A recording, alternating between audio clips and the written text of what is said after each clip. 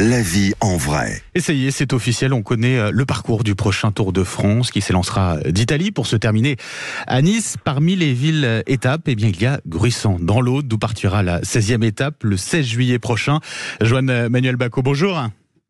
Bonjour Benjamin Glaise. Et merci d'être avec nous ce matin sur Sud Radio. Vous êtes le directeur général des services de la ville de Gruissan. J'imagine que c'est d'autant plus une fierté pour vous, pour la ville, que c'est la toute première fois que Gruissan est ville étape sur le Tour de France.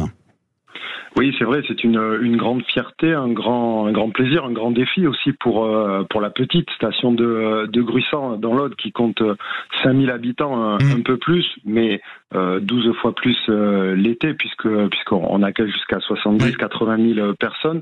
Et pour nous, c'est une grande première, mais on a un peu d'expérience en matière de course cyclisme. Oui, c'est ça. Ouais.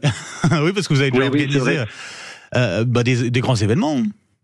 Des grands événements, on est un peu monté en puissance en quelque sorte, puisque alors certains de vos auditeurs se souviennent peut-être que déjà dans les années 1990, Gruissan accueillait les équipes professionnelles qui venaient en camp d'entraînement l'hiver et au printemps, et plus récemment la Vuelta, le tour cycliste d'Espagne, a fait étape à Gruissan avec une arrivée en 2017.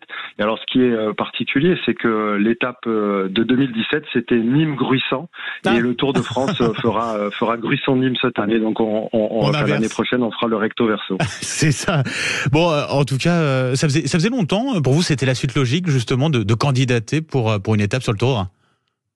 Alors c'est une suite logique, mais c'est aussi une histoire. Il faut raconter ce qui s'est passé entre Didier Codorniou, le maire de Gruissan, qui est premier vice-président de la région Occitanie, et le petit prince du rugby français dans les années 1980, et qui a un très fort lien d'amitié avec Christian Prudhomme, le directeur du Tour de France. Et forcément, ça joue aussi. La préparation, là, ça va venir vite, ce Tour de France, 16 juillet, donc pour ce départ de Gruissan. Comment ça se prépare ? Ça se prépare avec les équipes, avec l'office de tourisme, avec les équipes de la ville, avec beaucoup d'enthousiasme et beaucoup d'envie.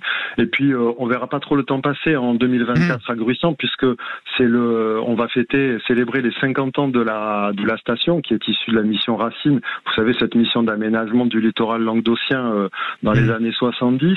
Et donc là, on va fêter les 50 ans avec beaucoup d'événements, et notamment la flamme olympique qui fera étape à Gruissan le 16 mai 2024. Ouais. Donc là aussi, on va monter en puissance toute l'année jusqu'à l'apothéose avec le Tour de France. Ouais, de très beaux événements à venir pour cette année 2024. Vous le sentez, l'engouement des habitants, des Gruissanais, très clairement ?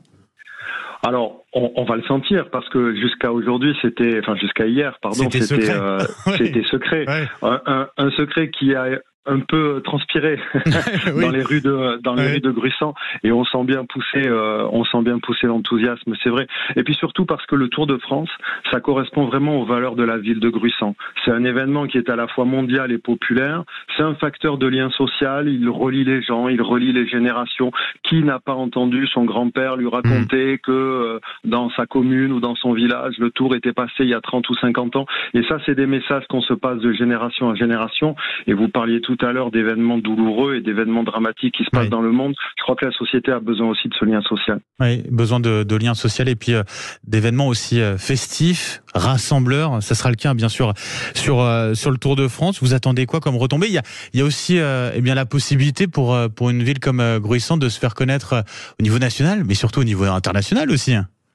Surtout au niveau international, parce que je crois qu'on a quand même déjà une certaine notoriété, en toute modestie, au niveau national. Ouais. Mais le Tour de France, c'est 190 pays de diffusion.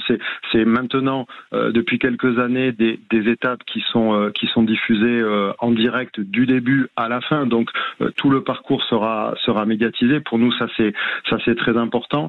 Et puis encore une fois, ce qu'on veut porter à travers le Tour de France, ce sont des valeurs, et c'est évidemment la beauté d'un territoire qui est magnifique, où la nature est partout présente. Et ça, les images du Tour de France peuvent le montrer au monde entier. Il y a autre chose aussi avec la venue du Tour de France à Gruissan, c'est la journée de repos. Et ça, c'est exceptionnel pour nous. La veille, ça sera donc le 15 juillet. En fait, C'est ça, le 15 juillet. Souvent, on entend dire, vous savez, les gens attendent au bord de la route et on a tous fait ça et ce sont des grands moments de joie. On attend le tour, les coureurs arrivent, l'hélicoptère, le bruit, l'impatience. Et puis paf, les coureurs passent et puis on a l'impression en un clin d'œil qu'ils sont déjà repartis. Nous, on va avoir la chance à Gruissant, nous qui sommes adeptes du slow tourisme, du tourisme tranquille, du tourisme lent, on va avoir la chance de les garder pendant une journée entière et de faire profiter à tous les Narbonnais, à tous les Audois, et puis à tout ce que la planète sport compte d'aficionados, leur faire profiter de notre beau territoire et puis notre belle façon de vivre. Et ça sera un très bel événement pour la ville de Gruissant, donc qui accueillera cet été le Tour de France pour la première fois de son histoire. Joan-Manuel Bacon, un grand merci d'avoir été avec nous ce matin sur Sud Radio et très belle et à très bientôt à journée à vous. Bah oui, à bientôt, on viendra vous revoir bien sûr. Allez, 6h43 sur Sud Radio, on revient dans un tout petit instant avec Maxime Trollo qui va nous rejoindre. Hashtag, on en parle, ce qui buzz sur les réseaux sociaux. Et tiens donc, une nouvelle polémique au sein de la France Insoumise. À tout de suite.